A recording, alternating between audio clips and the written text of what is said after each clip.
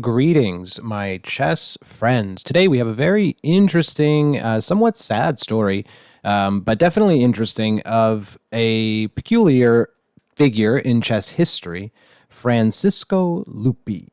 And unlikely many of our viewers know that name, Francisco Lupi. He was a friend of Alekhine, a strong chess player himself. I found about 17 games in the database, and 6 of them were against Alekhine. And then he passed away very young. He was there the day that Alekhine passed away in Portugal, Portuguese chess master, evidently. This was the last loss in the life of Alexander Alekhine. A bit deserted in Portugal. Didn't his wife separated from him due to the war? The Russian Federation had turned their back on him. You can read up about the story. It's very interesting, but he decided to play a match for money. Just needed the money at the end of his life. Was not doing so well despite being the world chess champion at the time of this game. And he very nearly lost this match to his good friend, Francisco Lupi. Let's jump in. Alekhine playing the French defense. Remember, he did represent France in the Chess Olympiad here, but capturing probably a good variation. The other ones tend to favor white, but hey, it's 1946. And again, Alekhine would pass away here some 2.5 months later after this game. So toward the end of his life, not doing so well, but does have some flashes of brilliance. And then really the sad part to me, you'll see here, plays on a bit too long. Okay, it starts here. After castles, bishop e7, knight e5, there start to be some problems around the light squares. For example, the move bishop b7 feels incredibly natural, but the annoying bishop to b5 catches black off guard, and black has to move their king f8. Not absolutely terrible position, but not desirable to lose the privilege to castle. Yes, so very key moment here in the game. Probably could have played bishop to b7 here a move earlier and avoided the problems. But bishop e7, now bishop d7, and this pawn kind of sticks out like a sore thumb. Imagine we could put that pawn back and play the move castles instead. Black would have a much better situation. c3, natural move, castles, bishop e3, and bishop to e8. This move has been criticized quite a bit throughout my research of this game, and the bishop basically stays here the rest of the game, locks in the rook, and again, bishop d7 and bishop e8, very peculiar setup for black. But let's keep going. Rook ft1, knight d5, pawn takes c5. Now you always have to start watching for your queen. Remember, these pieces can get out of the way quickly. Queen c7, a good move. Counterattacking. We just lost a pawn, but he counters by threatening this knight. Knight f3, and b takes c5, which the engine gives as the best move. Knight g5, preview of things to come, but just aiming at the h7 square. g6 stops all of that. Again, not creating any weaknesses. I always mention around your king because we do have this bishop to jump right in there and defend. Bishop c1, actually the best move. Even at this time, the players knew the superiority of the bishop over the knight and just not wanting to allow a trade. Rook d8, a few times here, Alekhine could have played knight f4 as probably the best move, but evidently he didn't realize the danger. The danger really comes on this h7 square a bit later on, so watch for that. Bishop f6, queen f3, which is threatening to take the knight and then take the bishop, removing the defender. Bishop g7, queen h3. Like I mentioned, we're eyeing this h7 square with the knight connecting. h6, and our knight does have to go, but weaknesses have been created, and specifically that h6 square. Again, keep that in mind. And Alekhine just unrecognizable. No energy in the position, no life, no pieces across the middle attacking. But here's the key moment where he plays the move knight takes c3. A pretty shocking move in the middle of this sort of dry position. But let's jump in. This is based on the rooks staring at each other and the potential for the bishop to take this pawn and make this rook really uncomfortable. Let's see how it played out. Rook takes rook, queen takes. Notice the queen can get in here now, which is not quite checkmate, But it is scary. Bishop comes back. And when you start calculating those forcing moves, you really want to investigate. That's the hint to really start digging in. Here was the key moment and the missed opportunity. As Alekhine played bishop c3 and the rook moved. I think he miscalculated here, but really there was an amazing line. How could you not calculate queen d1? He must have. And bishop to b5.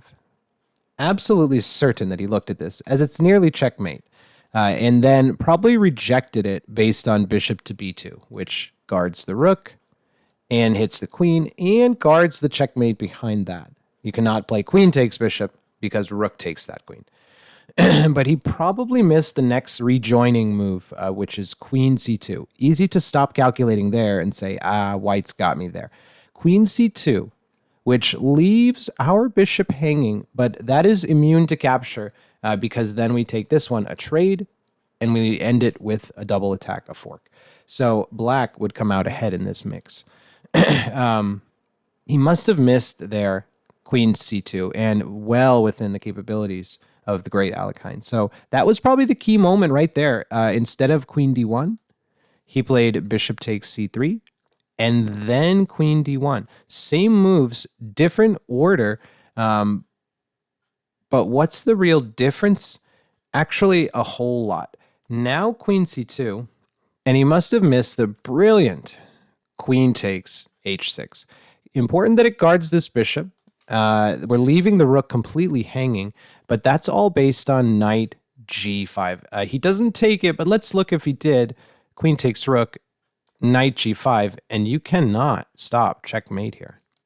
Queen h7 is checkmate. Again, that weakness. The real game went bishop g7, queen h3, still staring at that key h7 target. Again, if you take this knight g5, it's odd looking that the queen is so far away and there's just no pieces that can do anything about it. And a reminder about this bishop and rook, just completely a mess. Almost always in these situations, your rook can move out of there and the king can start to hit the road. That would well be worth a full rook, but instead it's just checkmate. So here's the game. Queen h3, Alekhine plays the desperate and ugly g5. Knight can come back to d2 and save the rook. What was the big deal? Why couldn't the rook just move? Well, this bishop is also under attack. And notice the bishop here guards, so you can't actually move this rook to safety, but knight d2 keeps all the pieces coordinated. And really, white just has a beautiful harmony here after bishop d3, threatening checkmate. f5 guards it. Bishop c4, everyone's guarded. Beautiful situation here, and the bishop guards the knight, which guards this bishop. Rook guards the bishop. Knight guards the rook. Beautiful harmony. Bishop takes, that's a free pawn. And bishop takes this one, which is then connected to the queen. And checkmate.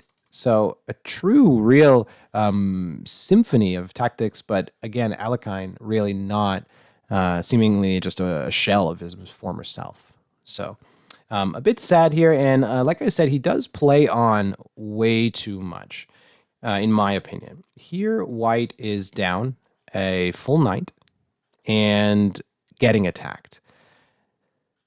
Hard to give any chess cultural suggestions to the world champion, but it seems here a bit unprofessional to me to play on in such a position. There is absolutely no hope here. As I say that, he is threatening a checkmate, but g4. And you could resign with a clear conscience here. But again, kind of stumbles on for 8 more moves, and I'll just play through that as it is a bit sad here. Notice the rook, nothing to do, and he's relegated to just capturing. The only apparently safe square would be e6, but then we can just play bishop c4. If you go to e5, we have something like rook takes g7, and then bishop c3. So white is winning on all counts, and we go all the way to the end here. Why are we playing on here? Bishop d3, and Alekhine does resign. This was game 2 of a 4-game match. Now, I may do another video on it, but the first game, a draw. This one, a win for Lupi, and he's on the verge of winning a match against the world champion. This was, by the way, not a title match, almost like professional wrestling. The champion loses, but it's not a title match. But this could have put a strange twist on the world of chess if the world champion lost a match. I want to read a little bit about what Lupi said afterwards, a few years later, after Alekhine had passed, again, which was about 2 months after this game. But a few years later, he said, quote, "I accepted the match above all because it would signify revenue for Alekhine, who was in very precarious economic position. When I won the second game, the one we just saw, I regretted having accepted the match. I realized that I could beat the world champion by those avatars of destiny, which in this case were illness and disillusion. Fortunately, it went otherwise, and Alekhine won the next 2 games." Moran, the interviewer, then asked Lupi, "Would you have liked to have beaten the world champion in a match?" And he said, "Of course, but that would have been an irony of destiny, a cruelty, and I have always been a conscientious man and a chess player." I kind of like the grand story, a bit mysterious, a bit sad, plays like an opera of some sort. But there it is. Alexander Alekhine, world champion, nearly losing a match. He did, again, win the next 2 games. And then won this match 2.5 to 1.5. Not a title match, but an interesting point. Alekhine really wasn't quite himself, but had flashes of brilliance. And even his friend Lupi kind of mentioned that. One day he seemed unrecognizable, and the next day just rattling off brilliant combinations and analysis. So I hope that was an interesting one. I may do more on this era of Alekhine's life in Spain and Portugal. Of course, he really was kind of a controversial chess figure, but one of the all-time legends and one of the greatest attackers there has ever been, Alexander Alekhine. Thanks again for watching, everyone, and hope you subscribe, leave a comment, and watch the next one. See you soon.